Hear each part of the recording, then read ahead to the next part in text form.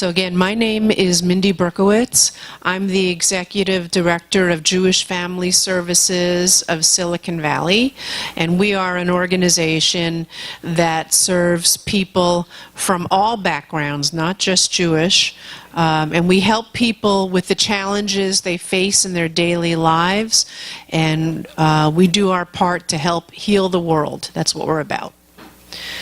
So, my topic today is the refugee crisis, 2018, what's going on, and what you can do to help. So, good morning. Thank you for inviting me to speak about the important topic of the refugee crisis in our country and in our community. Jewish Family Services of Silicon Valley is the second largest refugee resettlement organization in Santa Clara County. So, the Jewish Bible, the Torah, teaches us that silence in the face of injustice is a sin. At Jewish Family Services of Silicon Valley, also called JFS, we proudly protect refugees from all over the world who flee persecution. I hear that feedback too. Is that coming from this? Or we're not going to worry about that? Experts seem to be... I'm not going to worry about it if you're not going to. Okay. Okay. So these refugees flee because they are Christian, Zoroastrian, Baha'i, Mandaean, Muslim, Jewish, and secularist too. They may be gay or transgender and facing oppression because of it. The people we help escape dire and often violent circumstances. We at JFS do this because our Jewish values compel us to do it. Welcoming the stranger and treating the stranger as you would be treated is the commandment mentioned most, no fewer than 36 times in the Torah. So like many of us here today, my people, the Berkowitzes, the Shares, the Silvermans, the Heimewitzes, they were all refugees too. They came to America in the early 1900s, fleeing persecution and pogroms in Eastern Europe. They were helped by their local Jewish family service organizations and given a fresh start and a new hope in the United States.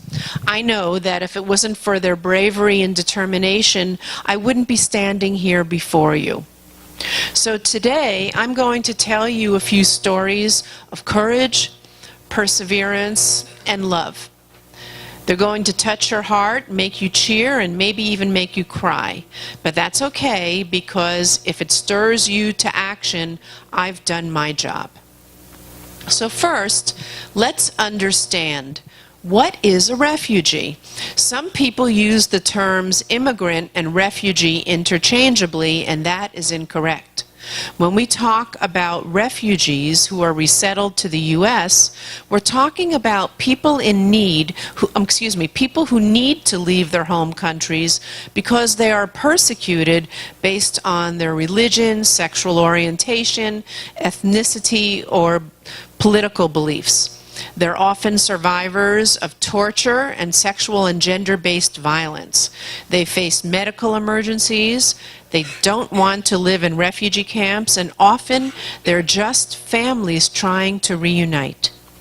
We're also talking about incredibly resilient individuals who want nothing more than the chance to successfully integrate, thrive, and contribute to American society. Did you know that in a good year, the process of refugee resettlement can take anywhere from 2 to 10 years? In Silicon Valley, it typically begins when Azita, our resettlement coordinator, receives a call from either HIAS, and HIAS is our national refugee resettlement organization, or she receives a call from a local family saying they want to bring their mom or their son and his wife or their kids to Silicon Valley. It can take a few years until their case is assured. Then, for example, if the refugees are from Iran, they spend 1 to 6 months in Vienna or 1 to 6 years in Turkey, while HIAS, the State Department, United Nations, and up to 15 agencies vet them. These days, Jews from Russia, who we still resettle, wait up to 2 years after they've submitted their documents for refugee status. Refugees must pass between 25 and 30 background checks.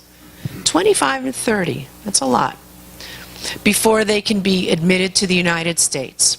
Finally, once approved, they fly to Los Angeles, Dallas, Chicago, or New York for processing at the Office of International Migration, and then we meet them at Mineta Airport in San Jose. And guess what refugees are allowed to bring? 2 suitcases per person if they're lucky, and that's it. So for nearly 40 years, the United States has distinguished itself as a safe haven to refugees when they need it most, offering the promise of a new life and freedom without the fear of persecution. Now this safe haven is in danger. In October 2017, the federal administration announced a historically low refugee admission ceiling of 45,000 refugees for fiscal year 2018. Prior to this, the administration allowed 100,000 refugees per year, and that number was considered low. 7 months into the fiscal year, by the end of May, only 14,333 refugees had been resettled by the United States, compared to over 50,000 at the same point last year. So if this pattern continues, our country will resettle less than 25,000 refugees this year. Since July 2017, Jewish Family Services of Silicon Valley has resettled 46 refugees. Last year at this time, we had resettled 163 refugees. Since 2 months ago, when we resettled an elderly couple from Russia, we haven't resettled anyone. Today we have 194 people in our pipeline waiting to come from Russia, Iran, Eritrea, and Iraq. These are all what the Trump administration calls chain migration, but the real term is family reunification. Of these 194 people in our pipeline, 52 refugees were assured, which means they were already approved to come to the U.S., but because of the travel ban, their assurances have expired. Now they have to go through the whole process again, and this will take years. We currently have people who left their home countries on the way to the U.S. because that's how it works. Typically, a refugee will stop in a way station around the world so they can continue being vetted. So right now, we have 5 people stuck in Vienna, 6 in Turkey, 6 in Jordan, and 4 in Ethiopia. They've been in these places for 1 to 3 years already. So now I want to tell you about Arzu, whose dear sister Afruz is stuck in Vienna. Arzu came with her husband and son to the U.S. from Iran in 2005 through Jewish Family Services of Silicon Valley. Her family is Mandaean, meaning they are followers of John the Baptist. It is not safe for Mandaeans to live in Iran. Arzu couldn't get a good job, and she was teased in school. People threw rocks at her because they said Mandaeans are dirty. JFS helped her apply for her parents to come to the U.S. They arrived in 2010. In 2011, we applied for her sister Afruz to join them. She was denied because of her husband's alleged military status, which was a lie made up by the Iranian government. Afruz decided to try again to come to the U.S. in 2016. She was sick, and she knew that she could get good medical help in the U.S. This time, a FRUZ was approved and went through what was the usual refugee application process through JFS and HIAS. She arrived in Vienna in early 2017. Well, we know what happened in 2017, the Refugee Travel Ban. So a FRUZ and her young son have now been in Vienna for 16 months. And just recently, about a month and a half ago, she was told she could not go to the U.S. Her approval was now denied. The Viennese government threatened to return her to Iran, where she would be tortured or worse. They tried to force her to move to a refugee camp. Do you know what life is like in a refugee camp? No private bathrooms. You have to shower with other people. Many people sleep in one room. You have to wait online to cook food. And it is certainly not a safe place for a single young mom with a child. So now she's living in a very tiny apartment. Finally, after being there over a year, her son was approved to go to school.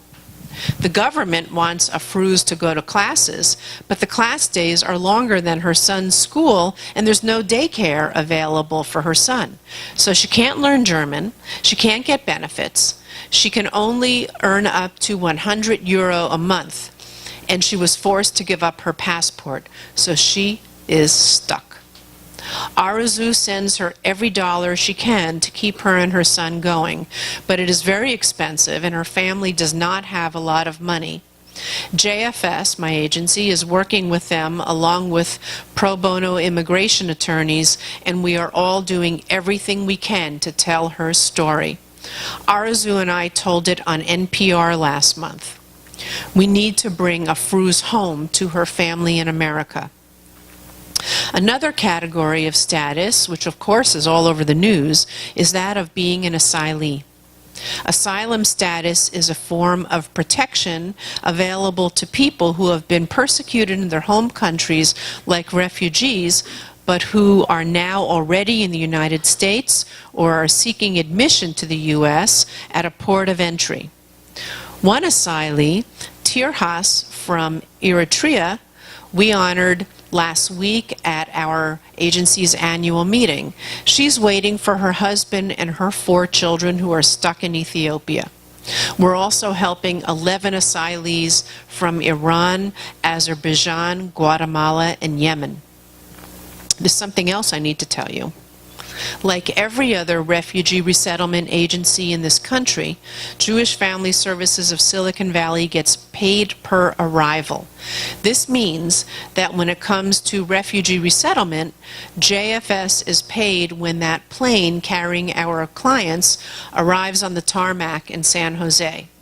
The hundreds of hours we spend on pre-arrival is uncompensated. Because we've resettled about 100 refugees less than we typically plan on, and of course we're still fighting to increase these numbers, we're facing a $100,000 deficit that we will need to make up. But know this, we will not abandon our refugee clients and their families while they are trying their best to make a new life here. We have set up an emergency fund for refugee services that you can contribute to if it so moves you. There's information about it on the table that I've set up right here with all kinds of information. In December 2017, Jewish Family Services of Silicon Valley joined with Jewish Family Service of Seattle as co-plaintiffs in a federal lawsuit challenging the third executive order travel ban imposed by President Trump. I actually had to sign papers where it says Mindy Berkowitz versus Donald Trump. Papers, really did. You know, this executive order blocks refugee resettlement from 11 countries, indefinitely stopping the program for refugees already living in the United States to be reunited with their spouses and their children. At this moment in time, we are still awaiting news as to how the Supreme Court will vote on the matter, because it's been kicked up the courts as what we would expect. But we do know this. We brought attention to the plight of the people we help who just want to bring their family members to Silicon Valley. And some of them have since benefited from legal aid and publicity. For those of you who are curious, it didn't cost us a penny. We were represented pro bono by several fine immigration law firms. When I asked our resettlement coordinator, Azita, what is it like today for our clients who are trying to bring their family members to the U.S., she told me that the visas their relatives have obtained to come here are now canceled. These people sold their homes, lost their jobs in their home countries. The families are desperate. They're crying, they're angry, they're confused. Not knowing what's going on is very hard, Azita says. People are calling her from Iran, Turkey, Iraq, and Jordan. Our anchor families who live in San Jose deposited $2,600 per person. Some deposited more than $10,000 for resettlement, but they're reluctant to request their money back because their families are in limbo and they don't want to jeopardize the chance that their families can still come. So June 20th was World Refugee Day. We join with people across the United States and the world to celebrate the courage and the resiliency of refugees, recognizing the hardships they have faced, the new lives they've created, and the positive impact they have on our communities. We also recognize and remember that the United States has been a leader in protecting and resettling refugees. As UN Secretary General Antonio Guterres puts it, this is not about sharing a burden, it's about sharing a global responsibility based not only on the broad idea of our common humanity, but also on the very specific obligations of international law. The root problems are war and hatred, not people who flee. Refugees are among the first victims of terrorism. So all of us here, I know this, are outraged about the cruel practice of family separation and incarceration at the U.S. border.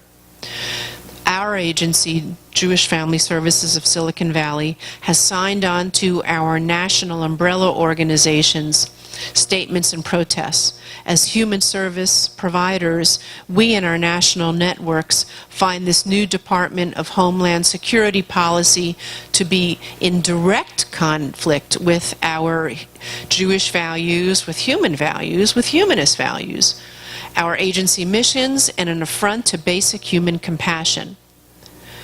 We are proud to be in good company and add our agency name to this cause. And you can learn more about this too and sign up to stay informed. I have a sign-up sheet that you can get updates for if you would like. Much of what I'm telling you, I know, is difficult and depressing to hear, but there are also some success stories that I share to touch your hearts. For example, even though we only resettled 46 people this past year, we provided assistance to 874 refugees and asylees through a variety of services this past year. Also, this past year, our JFS Pro Bono Legal Immigration Clinic assisted 168 refugee clients to apply for green cards and citizenship. Last week at an event that we had one also about the refugee crisis update right on site at our agency. One of our beautiful immigration attorneys told us her own story of courage. Her name is Yemi Getachew. She was born and raised in Addis Ababa. Excuse me, I'm saying it wrong. Addis Ababa, thank you, Ethiopia, to a promising middle-class family.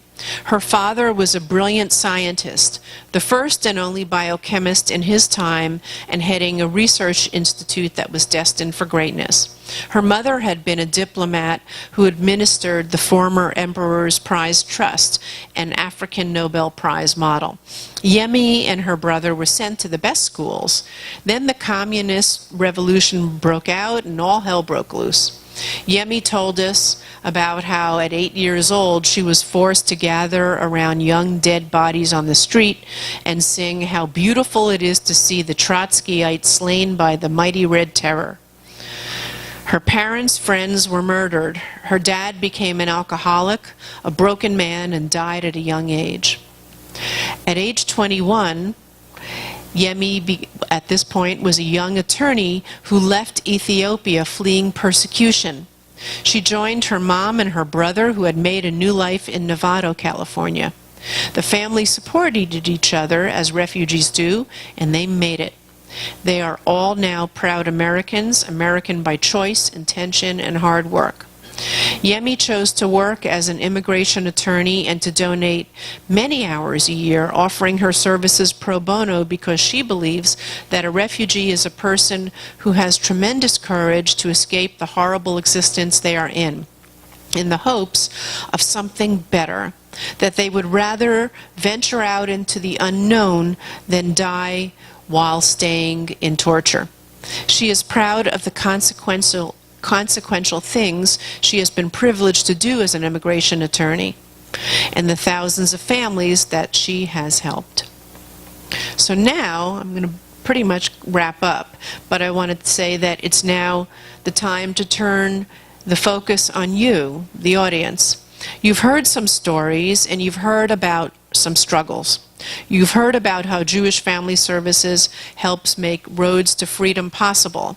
I hope that I have inspired you to help.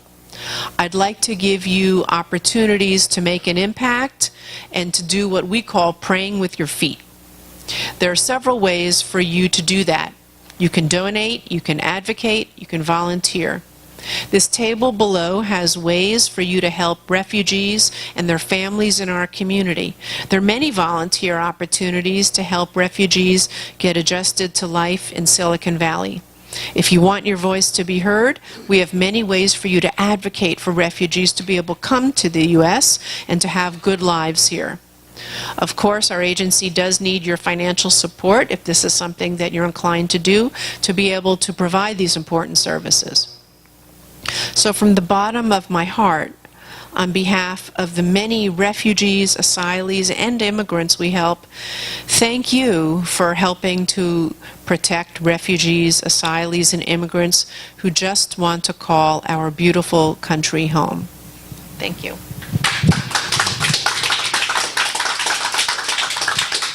And I'm available for any questions you have if you want to ask them now or later.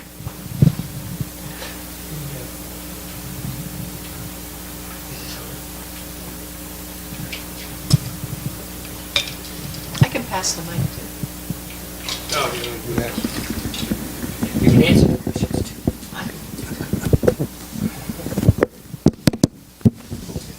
Who's gonna walk? You gonna walk around? Want me to do it? I don't care. Here.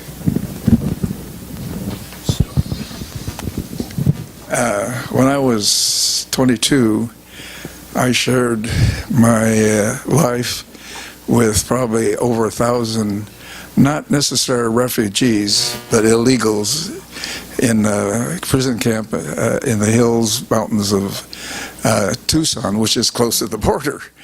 And they were pretty well treated, but once in a while they would go off, break out. It's a minimum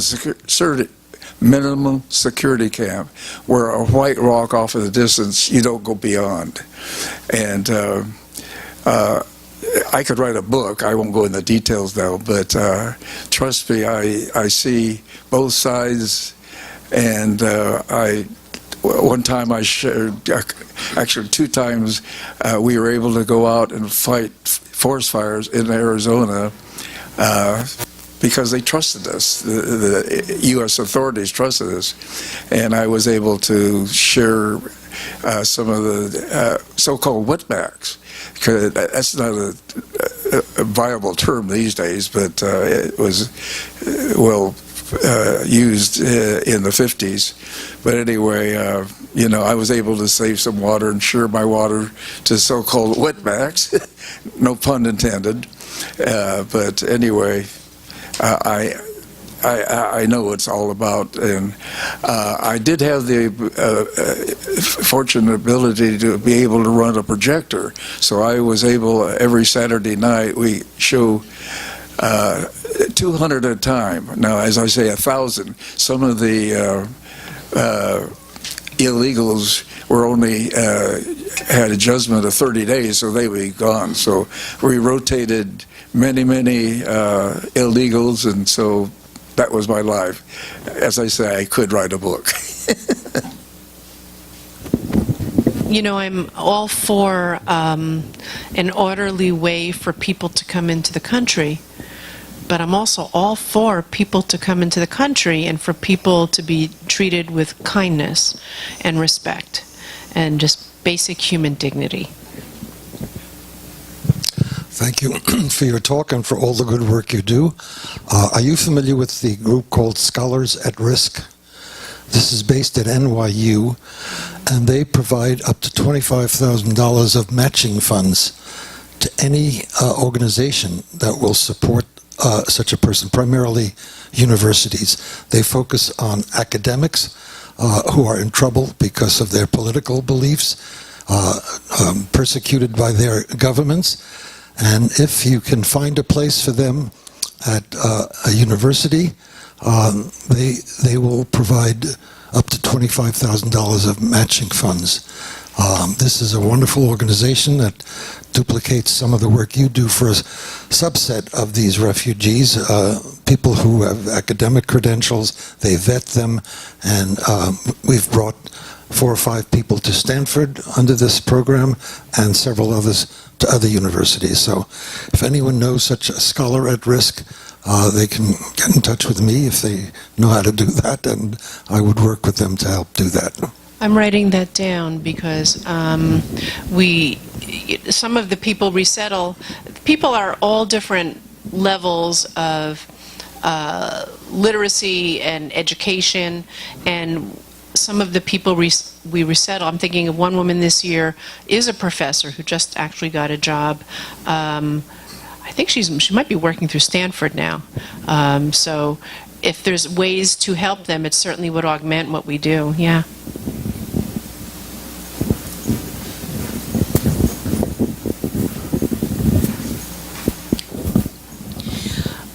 The children that are being taken away from their parents, is there anything being done to get them into foster homes so they're not in a prison environment? You know, this situation changes every day and sometimes every hour. A few actually have been started to be reunited. Yes, there are some who are in foster homes, so they're physically kept safe. But as somebody, as a trained social worker, I can tell you that being separated from your family, being pulled from them, is child abuse. So there are some who are being, foster homes are sought for them, but I just question why they need to be separated from their parents altogether. The thing is this, and I was just listening to something on the way over here, is that applying for asylum status isn't a crime. It is something that this country, we've done for decades, that you're allowed to come here and ask for asylum, and then you are entitled to a good legal process where your claim will either be accepted or denied. It could be denied, based on, we don't think you have a basis. But it is an orderly and good process. So there is really no reason to act as though these people are criminals. They haven't done anything. They just haven't done anything. If they're escaping torture from their home countries, that's different. We're not talking about, 20,000 drug smugglers. So the whole thing is a little bit Alice in Wonderland right now. Hi, is your agency doing anything to support, encourage, find sponsorships or foster homes, to follow up on the previous question for these people? And question 2, on those 47 people, do you have a breakdown religiously, geographically on those people that were brought in? Okay, so first of all, in answer to your first question, my agency per se isn't called upon to provide foster homes for them because we're up here, they're there, although I think you may have read that Contra Costa County, I believe, was told there might be a facility up there, but we don't really do foster home work per se, so not my agency per se. There might be agencies in the Jewish Family Service network across North America who might be called upon. I'm not sure what role they'll take. In terms of the people who we've resettled in the past year, it was kind of an interesting year because of the travel ban. The people who were mostly allowed to get through were people who were on special immigrant visas coming from Afghanistan. That was one of our biggest groups. They actually are Muslim, which is surprising because this kind of was a Muslim ban, but these were people who helped American soldiers. They were translators, so they had to get them out quickly because they're really in danger. The second group to that are Iranians, and I can't give you exact numbers because I could have prepared it, but it's not something I did. The second largest group would be people from Iran and their backgrounds, and these are all considered religious minorities: Christians, Zoroastrians, and Baha'is. Also some who that might be their official religion, but some of these people don't actually have a religion, but you're kind of like, you have a religion, whether you like it or not. That's just how that's stated. We were able to resettle a few Jews from the former Soviet Union, and we may have resettled somebody from an African country, but I'm not exactly sure. But it was just a very small number. Any other questions? Okay.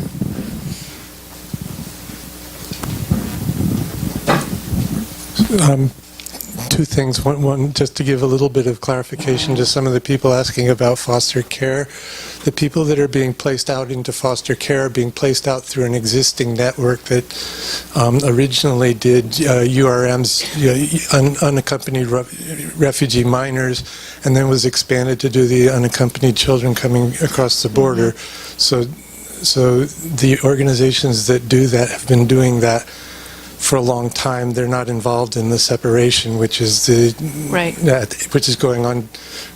Might be via Catholic DHS. Charities. Catholic Charities has a does youth quite refugee a bit. foster program. Yeah, yes. they do some of that here, but they go off and on as to whether they do it. Yeah. And the second thing was that I promised Chad I would ask you about housing costs and how they impact. Wow. Okay, that's a big one. You know, that was actually our biggest issue until the travel ban, and it was just getting people out. So we all know, if you were to ask what is the biggest issue in Silicon Valley, it's the out-of-sight housing costs. I just saw yesterday that the median home price in Silicon Valley was something like $1.3 million. So that means that anyone coming here cannot afford a house at all unless you're a well-paid techie, and I mean very well-paid, or a well-paid something, but not a normally paid person. So the rental market, as I'm sure many of you know, is affected the same way. And a not great two-bedroom can be had for $2,500, and that's not great. So, I mean, what is a refugee to do when we don't only resettle refugees, we also have a vocational English language training program where we help people get their first jobs in America, and we help them on this path of self-sufficiency. So one of the things we do is help them find housing. So what's been happening is that people are doubling up and tripling up and living in circumstances that no one wants to live in. You know, you can have 6 people in a studio apartment, and that's not what they signed up for. That's not what we're comfortable with, but we're looking for those kind of solutions. we're trying to start a program of housing stipends to help refugees in their first year while they're doing something called a survival job. When they first get here, everyone who comes with refugee status immediately goes on government aid, but that's not a forever thing. No one wants to stay really on government aid, and it's not enough to live on. So you really do need a good job. So if it's a couple, we help, you know, convince them you both need to work. Even if in your home country women did not work, you have to work here. So, and we help them get housing. We're working with a couple of organizations. There's an organization called Prerna, which is, if you're familiar with them at all, they're wonderful. It's a volunteer-based nonprofit, and they help. They've been helping us find housing and contributing to the cost of that. We're also a member of something called the Refugee Forum, and they have some funds for first and last month rent. We're also have been partnering quite a bit with the Mormon community, of all things. They approached us. They have a huge love for refugees, and so they've been helping quite a bit with furniture. We have people doing things around the edges of housing so that refugees can save their money for housing. So we have people doing food drives and all kinds of things to set people up so that they can spend their money on just this and not everything. But there's not a great long-term solution right now until Silicon Valley comes up with a good long-term solution. But we are investigating that, and one of the flyers I have here is if you want to help with that issue, we have ways to go with that too, and that would be a wonderful way to contribute. Any other questions?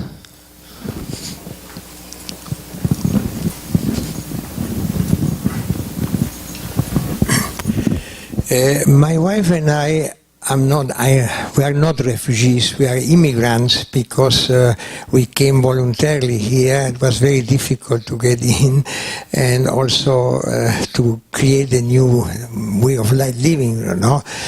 So I agree 100% with your presenting. It's very emotional, and of course I support what you're saying, you know.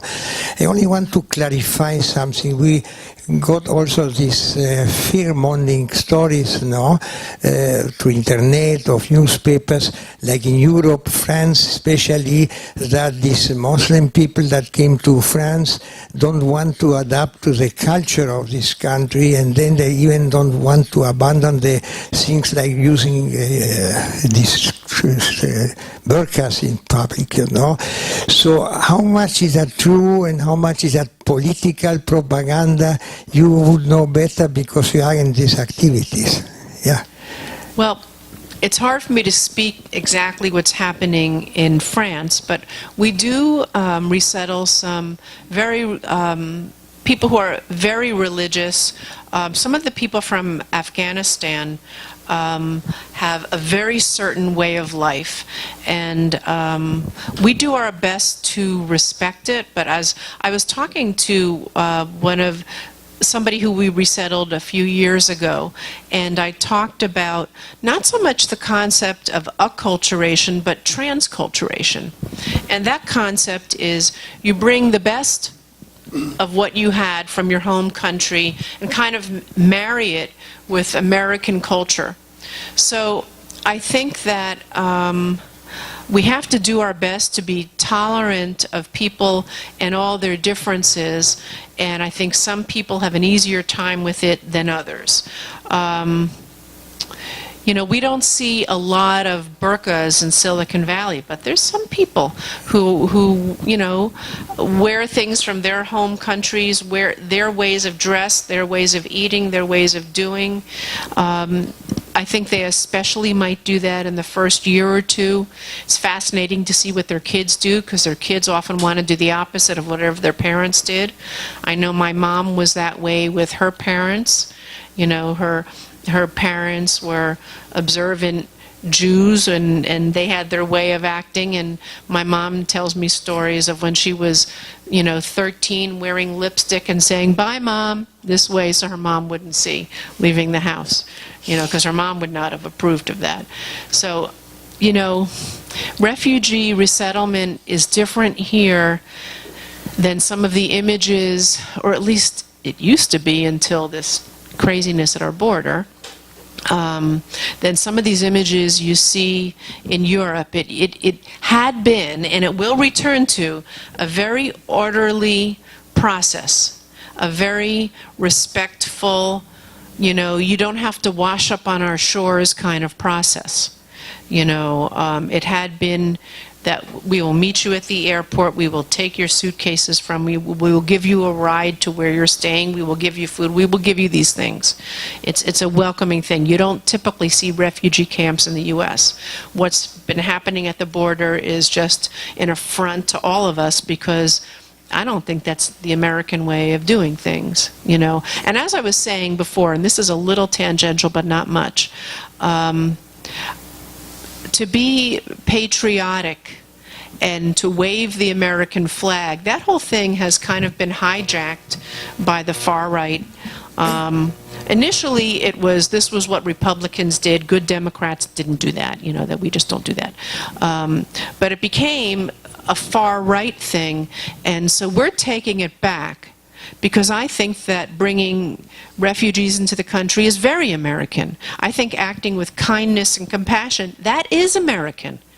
So you'll see our flyers and things are all red, white, and blue, because that's what, to me, our country stands for, and we have to take it back. So I think that, I know you as a community, I know that the values that you stand for, those are those values. Those are the same exact values. They're pro-people values. I think what he was asking about, and what is being stoked by Fox News, is that Muslim immigrants here are going to set up their own Sharia law communities and try to take over the country with Sharia law. That's what some of the things you're going to have to combat. Remember I said that the people we resettle are vetted between 25 and 30 different ways. So these are not terrorists. In all the years that we've been resettling refugees in this country, not a single one of those refugees has become a terrorist. Just because you're Muslim doesn't make you a terrorist. It's almost like the next word after Muslim should be terrorist, and that's disgusting. That's disgusting. It really is. So I think it's fear-mongering, People are allowed to, that. People are allowed to have and should be allowed to have whatever belief that is, however one defines belief, whether it's in religion or not such religion. You should be able to have that, but it doesn't make you a terrorist. The people who have been resettled, obviously, they were vetted well, in spite of what Number 45 insists, and his own cabinet and people like that aren't as well vetted as the refugees. But I'm sure that they would claim, but all these other people get radicalized. Well, they're not going to become radicalized once they're settled. It's some other people who do that. But one question I have is, I'm not sure what can be done about it, but the fact that the AG claims that they're not, the domestic violence and these other non-political reasons or inability to be protected by the government are reasons not to be considered, for asylum seekers to be considered to have a good case. I don't know what to tell you. This is something we could say, should it be, shouldn't it be? Up until recently, it was a legit thing for people to come seek asylum if they could not live in safety in their home countries. Well, maybe not whatever reason, but if it was clear that living in their home country posed a danger to them, they could seek asylum here. Yes, and by the way, you still got 20 minutes, so feel free to give long answers, I was wondering, sort of what the experience is like, and when you take somebody, you know, who comes from a completely different culture than the United States. They've never spoken a word of English in their life, and here you are dropping them off on like another planet. What's it like to, you know, for them and the the support people to make the transition? You know, what kind of jobs would they get, you know, not speaking English? And how do you, you know, bring them into the culture to become productive American citizens? You know, and I mean, you know, I see so many people who used to be refugees, you know, being very successful here in America, and I was just wondering how you get from there to here, and, you know, the sort of the big picture of that. Okay, that's kind of a question like you could be a plant in the audience. Give me something fun to talk about. Right. So you have 20 minutes. So.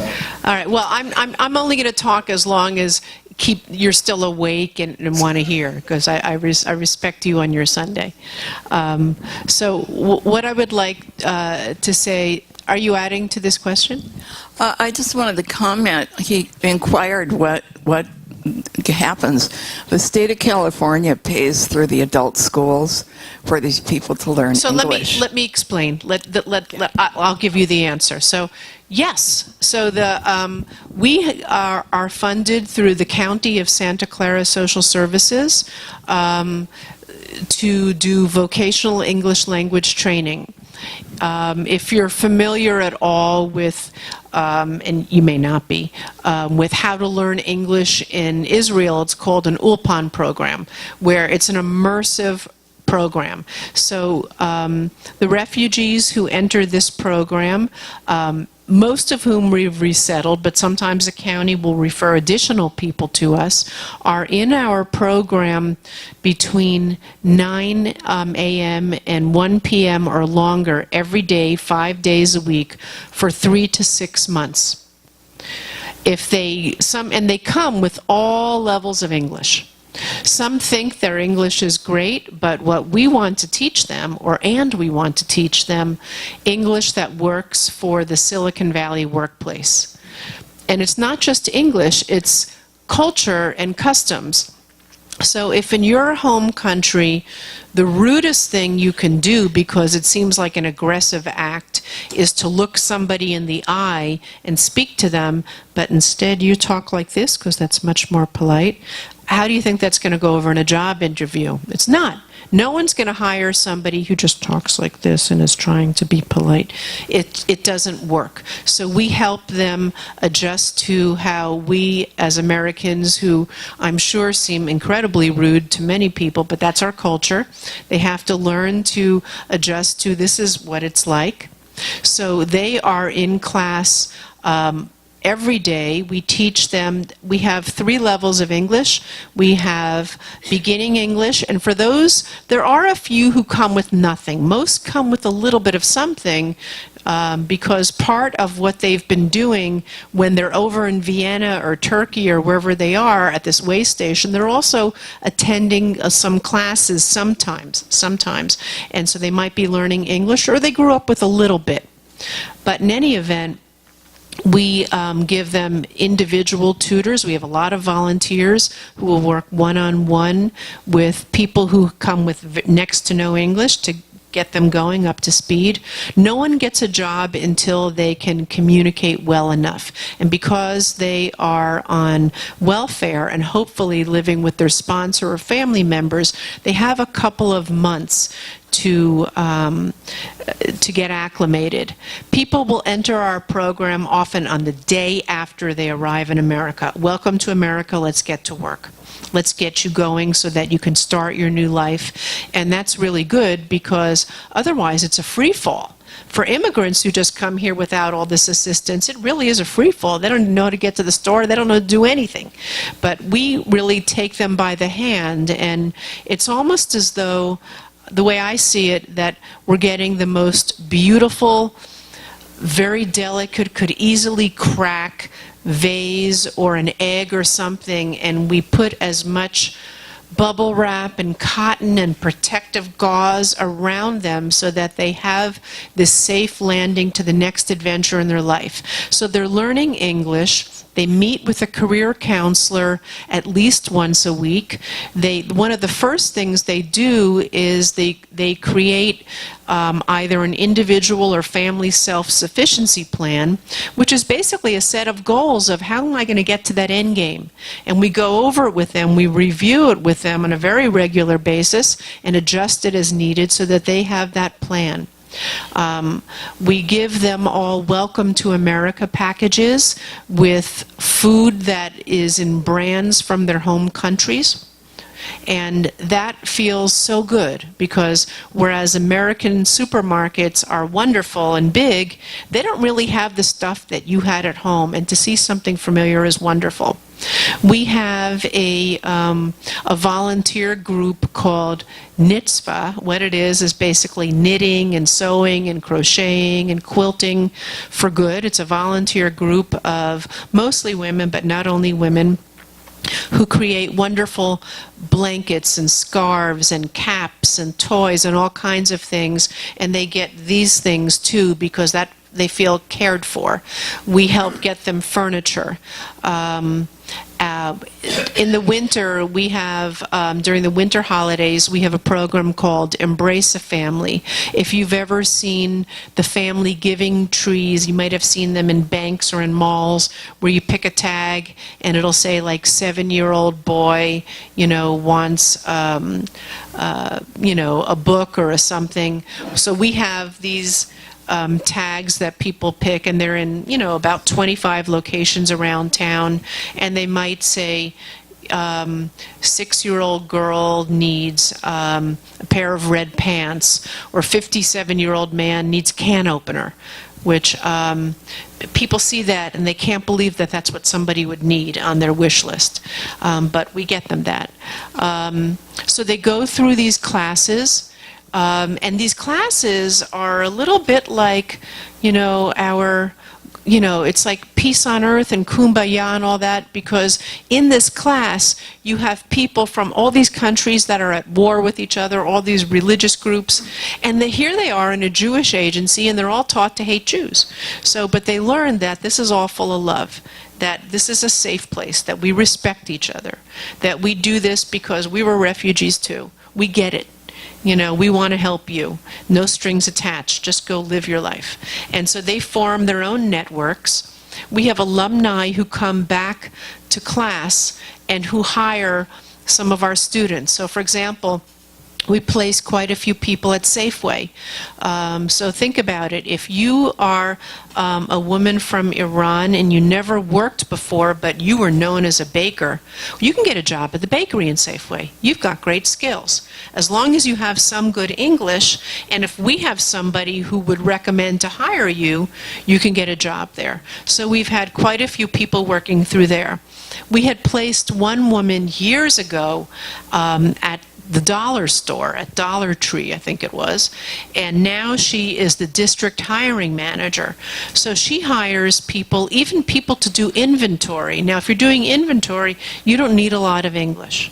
So people who need those kind of jobs, and those for sure are survival jobs because they're just paying a little over minimum wage, it's something to get started.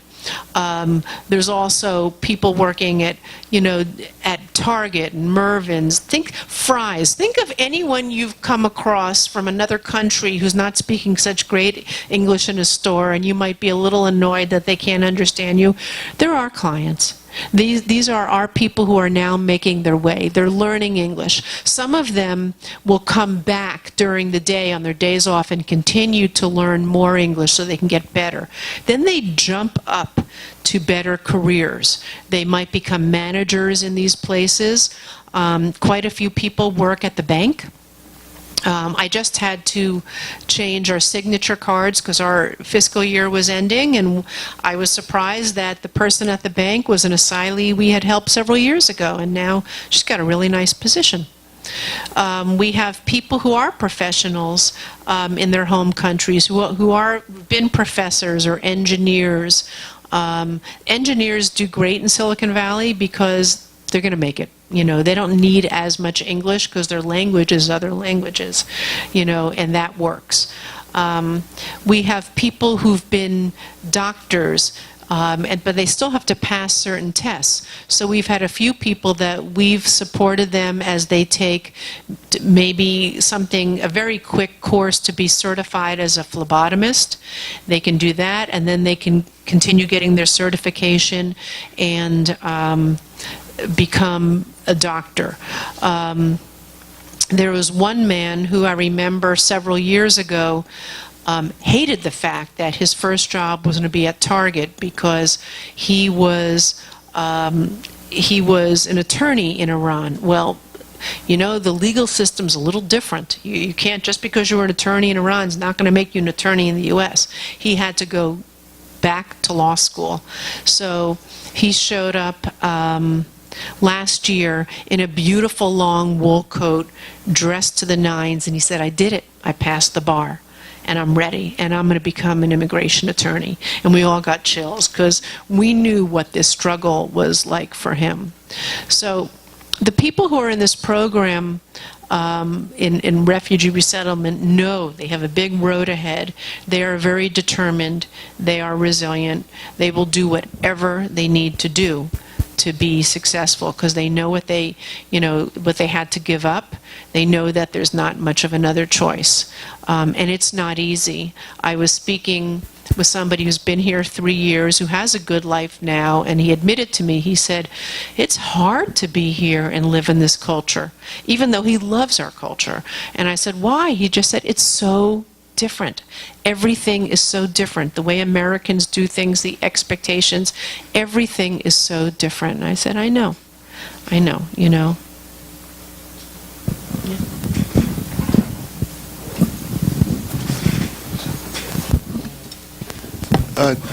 To the point you just made about everything being so difficult and housing and everything, why would you bring refugees into an environment like that is here, rather than help them or direct them or work with other affiliates to go to places where life is much easier for them to adapt and overcome the challenges? It's a very, very logical question. Mostly because for many of them, their families are here. Their families, there are people we resettled 2 years ago, 5 years ago, 7 years ago. So then if the family then chooses to move someplace else, then they'll move someplace else. I think that's going to be a question as time goes on. You know, for some people, they are not given a choice of where they can go. We got word of 2 young men from Afghanistan that we will be resettling next month. This is the first time we will be, probably since the 1980s, that we will be resettling 2 people who don't have family here. But we were, you know, we said we can help, we can handle it, and we're going to work with Prerna and our Mormon friends and others and get them settled into housing, because we know that they are very determined. And we'll see if they'll stay here or if they'll go to Fremont and be absorbed into the Afghani community there. But I agree with you. If I was first setting up right now a refugee resettlement program, I wouldn't necessarily advise people come to Silicon Valley for all the great opportunity. For engineers, I would say yes. But I think people still want to come here because we are still a place of innovation and acceptance. And I think that, and beauty, and I think people want that. Can we sustain that? Not so much. You know, would I tell any of my social work friends who want to come here and work in a nonprofit, I would say, I don't know, you decide if you can handle this, because you're not going to be able to afford a house. You know, so I definitely hear what you're saying. Any other questions? If not, let's give Mindy a big hand.